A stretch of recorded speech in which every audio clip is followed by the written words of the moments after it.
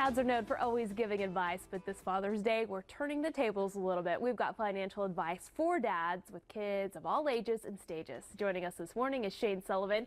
He's a financial professional from Valhaven. Well, thank you so much for joining us this morning. We appreciate, and this is kind of a good time to think about money and to talk about dads, and you suggest making a money-do list. That's right. We all know what a honey-do list is, right? We do. Things I have to do around the house. Exactly. Yes. There's always lots to do. Well, a money-do list is a financial list of things that we need to do, especially for us dads, as we have little babies and we start to raise them the right way. Now, let me say this. You have to work well. For both parents, we're just going to pick on dads today. Yeah, it's dads. It's going to be Father's Day, so let's pick on the dads in this. And you really kind of look at it, you break it down by stages of life. Right. So when you have a newborn baby, what should you be thinking about? Well, right away, I know that little bundle of joy is exciting. I think we're both new parents. Kind of in that stage. Right. So I would say right away, believe it or not, little boy, little girl is going to be 17, 18, ready for college. That could be like $500,000 in 18 years for an education. Gosh. Yes, that's real dollars. So what can you do now? Well, I'd say right away, if you're thinking UT, A&M, Texas State, $250 into an account every month. If you're thinking Baylor, St. Ed's, Rice, that could be $500 a month while they're still in diapers. Right? You're talking about like $529? Well, it could be $529 plans. Of course, there's Coverdale. There's lots of different accounts. But you need to start putting it away, automatic. Yeah, that's something you really need to start talking about. And then even toddlers. Right. I will tell you, my daughter's first word, I think, was mine.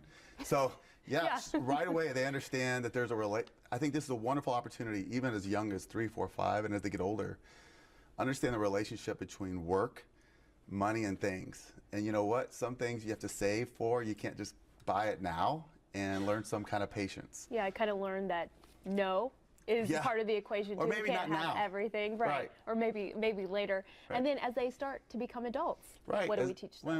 I'd say once they get 17, 18, 19, I know we want to help our kids as much as we can, all the time. But it's time to cut the strings a little, Dad. So I've watched a lot of dads who want to help too much, keep bailing their kids out, and actually can put their own retirement in jeopardy. So you suggest that not always paying for the rent or bailing them out, because I mean it could really cost you. Right. And maybe making the kids take out loans on their own. Right. I'm just so some kids don't want to graduate. Some kids have credit card debts, and Dad keeps bailing them out, and they don't learn these lessons. And my first obligation, I hate to say it, is to my wife and to my family. Make sure we pay ourselves first so that we can help you for a long, long time. Yeah. And then what about when you get to be grandpa? Well, I would say, let me say this. There's a couple of things. Even as your kids get a little older, you want to start having the tough talk.